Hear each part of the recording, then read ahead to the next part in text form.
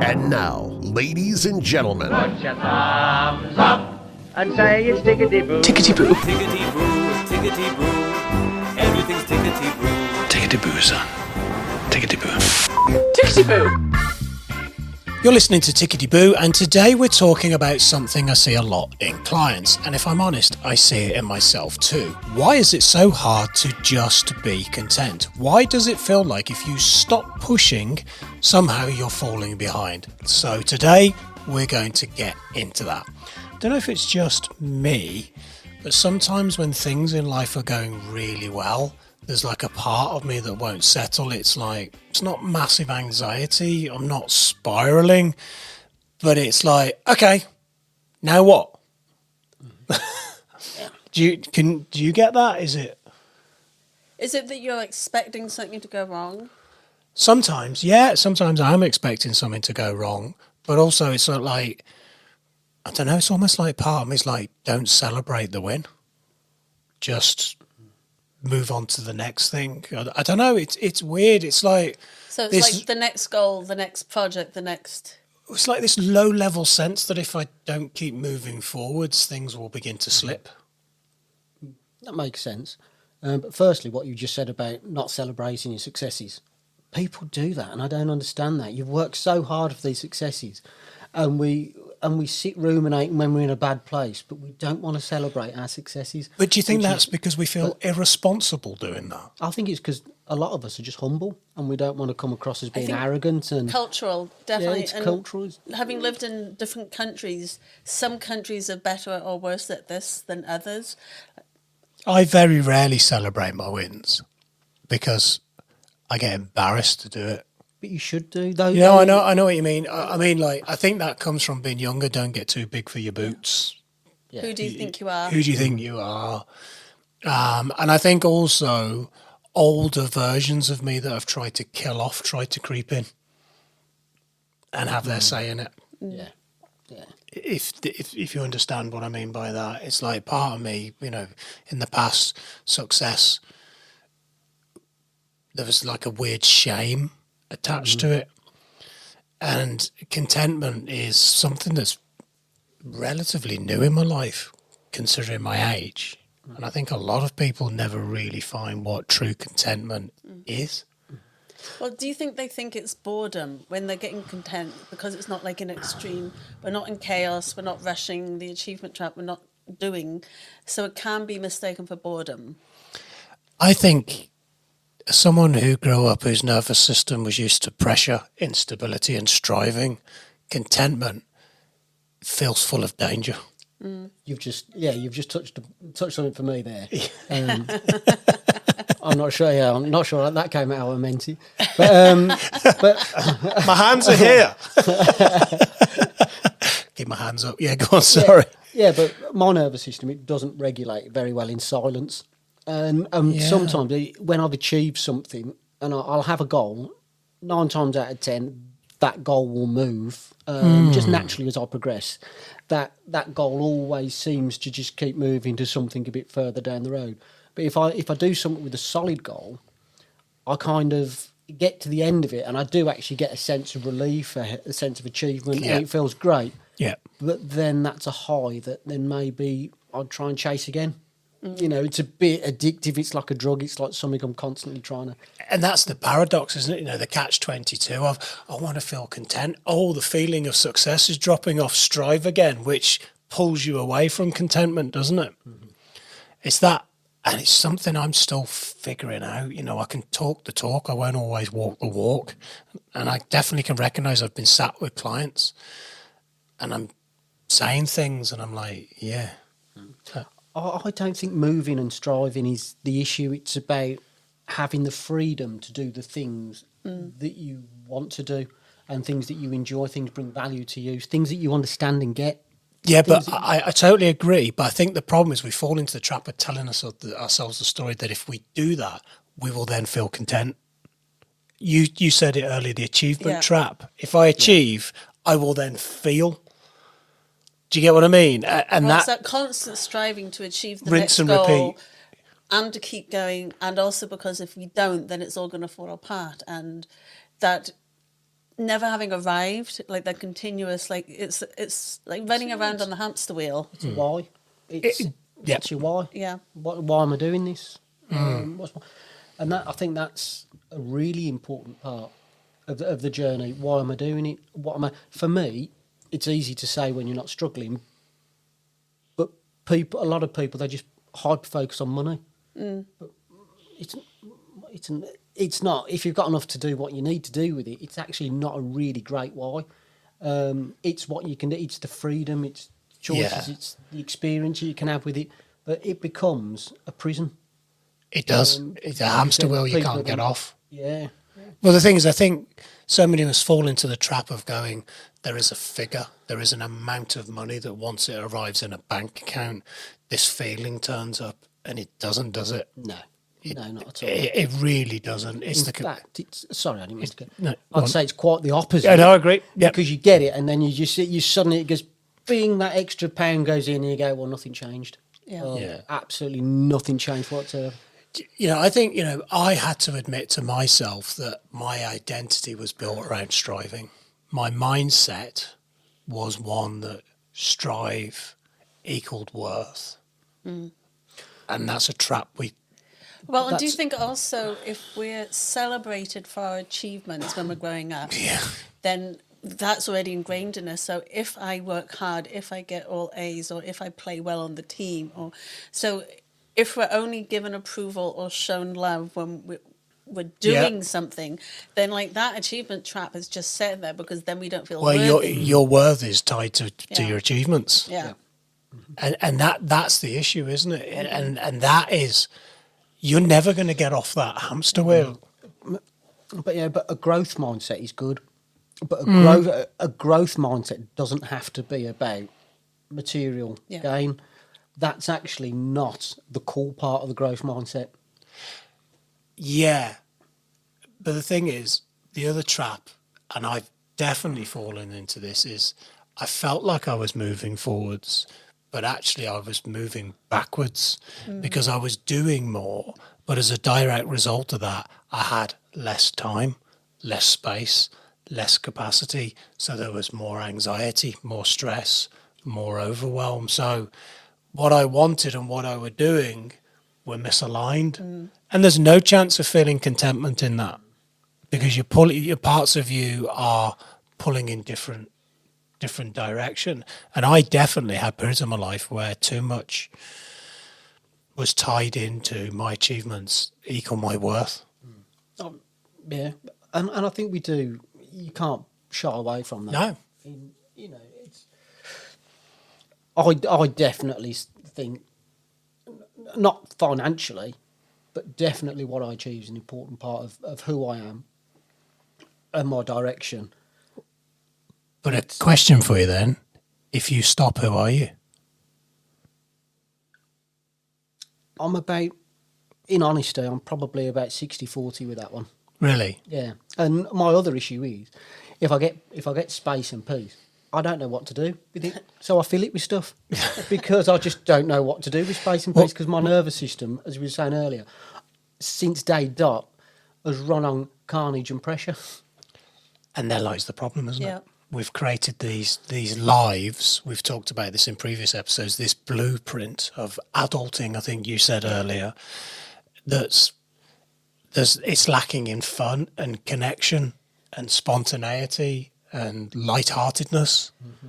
Well, yeah, because that's, as we increase our positive emotions, our well-being increases, and then we have more energy, and we're vitalized, and so we can actually get more done if we need to, because we're more productive, as opposed to taking, like, I know I work really well in the mornings. That's when I'm going to work, because it drifts off. I can spend an hour doing something in the morning, but in the evening it will take me 3. It's maybe not quite that bad, but it's, I think, remembering to have more fun, play more, be curious, be joyful, and those things like motorbike racing for you or travel. I think if we can bring more of those experiences in and allow them in. Yeah, but I think it's that thing of we're always on. Yeah. We're always switched on. Particularly now we have mobile phones. Yeah, there's, you know, I was doing some corporate work recently, and there was this team that were on this huge, massive project, and they were frustrated with a team member that wasn't there to defend themselves, and they were, you know, they were in that mode of we're always on, we're doing it, and there's somebody else in the team who got into work at the exact time they start and left at the exact time they're supposed to finish. And was really, really good at their job, but their kind of mantra was like manana, slow your roll, just do it. And I was laughing because they were all criticising this person and judging them, but also moaning about that they weren't able to feel like that person. It was almost like they wanted that person who deemed to be getting it right to fall into their way of doing it so they could kind of feel better. And it's like, well, you're getting it wrong. I'm listening going, you should be more like them then. If that's what you want. He's actually doing nothing wrong. He's got the right blueprint. Yeah, he's turning off, he's going home. Yeah, probably going on holiday, spending time with his family, doing his hobbies. And they're like, oh no, we're in the office till 8:30, striving and driving. And then I go, I'm really cross, I get no time with my family and stuff. That's really sad. That's people wearing anxiety and stress and pressure as a badge of honour. Yeah. Yeah. And the thing is, I mean, you're not actually functioning at your best when you're stressed. I mean, my brain doesn't work best when I do work well under pressure, but I get to the point of overwhelm where my brain's only working at lower capacity in any way. Do you think part of the issue here is, and I need to be careful here because we do seem to end up beating up social media quite a lot. But do you think online social media, we're constantly being shown a version of better? Yeah. And I think a lot has to be answered just for, we walk around with a computer in our pocket. So people expect to be able to get a hold of you. Like, oh, if I send you a message, why didn't you respond? And it's that constant pings going off. So we're on edge, we're on anxiety, and we're ready. We can respond to an email, a WhatsApp, a message, like at the drop of a hat. It's like, oh, I've just got to do this. When we have our little breaks, we're all on our phones checking it. We're like staying update with all the, the other work we have going on. And it's just like that. We think it makes it easier for us, but actually, does it? Is it taking something away from us when, we can't answer phone calls unless we're home? Remember those days? With the answering machine, you used to dial in and get your voicemails.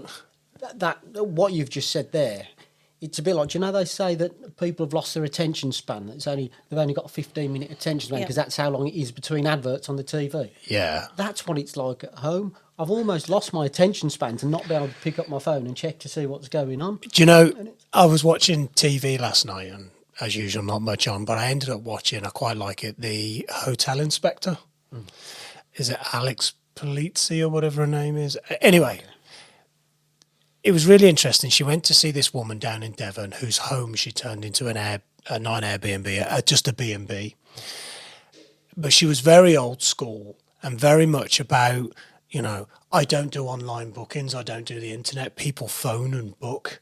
And I like to talk to them and have a conversation and fill them out. And this, Alex Politi came in and went, look, if you're not online, you're dead. If people can't book you online and they can't find you online, you're going to get no business. And she was talking to her and she was trying to tell her, and she went, unfortunately, this is the way that the world is now, and you have to operate in this system to be constantly on. And she's like, I don't want to be checking all my emails all the time to see if there's a booking. And, she wanted the phone to ring and she would answer it and speak to the human. And I'm like, I do miss those days, because basically the lesson that came out of it was there'll be an app on your phone and you constantly need to check it to see if people have booked in. Yeah. And I think sometimes technology is part of the reason why we do struggle to feel content, because we are always plugged in and connected. There was an episode, I don't know how long ago it was, you talked about being that young kid in the summer, building the den in the field and just being completely present in the moment. And I don't think we're content because there's always something competing for our attention. Yes. Or we create a situation, and actually we can't remove distractions, and then I think contentment just comes from not always being on and reacting and responding.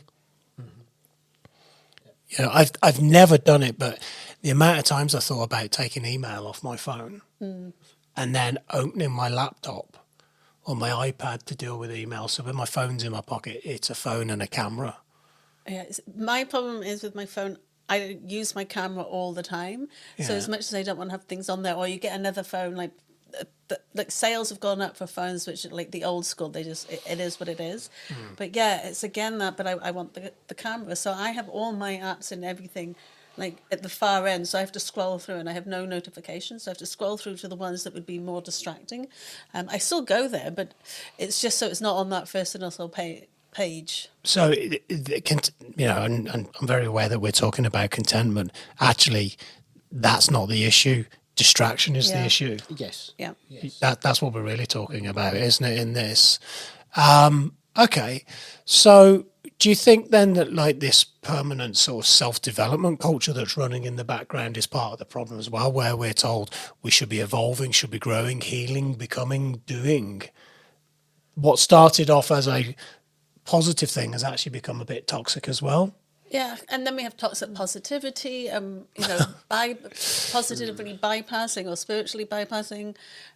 People want to wallow in the victim cycle and working like there's all these things. People think they're working on themselves, but actually, But the real issue, isn't it? That idea of growing, healing, evolving, becoming. The problem is, people need to realise that is not a destination. You don't get there. It's an ever-evolving thing. And that if you get too wrapped up in that, it turns into self-rejection. yeah, Yep. You go too far, and sometimes life, you're naturally, if you're accountable and you can learn life's lessons, and you keep, you get yourself out there, you will naturally learn lessons. But sometimes with the self-development world, people are looking for answers. Yeah. Because they're trying to, and it's about understanding what they're trying to find an answer for, what's up. Same as, say mediums or something. I'm not discrediting any of that, but normally people will do this Looking stuff for answers. because they're looking for an answer. and they're they just looking can't outside find- themselves. So I think it's important to say that there's a big difference between growth that's inspired. You look at somebody and go, that's really inspired me and I want to do that, versus growth that's come from a place of anxiety and scarcity. Yeah. Which is what this feeds into. And you're like, why can't I feel content? Why can't I just be happy where I am? So kind of what I'm not saying is, I'm not saying stop striving. It's what's driving the striving. That's what you need to look at. Is it for me, for a big part of my life, it was scarcity. Yeah, it was a money mindset problem. There's not enough money. I may run out of money. Other people will do better than me. I'll get left behind. But then the problem is when you've got that, if you can never feel like what you've got's enough, you'll never actually enjoy what you've got. Yeah. And that's the problem, isn't it? Just being able to enjoy what you've built and be content with what you've built. And that's why I always say it's not about money, it's about choices and freedom to do the things that you want to do and enjoy the things that you want to enjoy. So That's the goal. some questions I want to fire at the listeners and ourselves as well is, if you just stopped pushing for a month, what are you afraid would happen? Louise would bury me under the patio because I'd irritate her so much.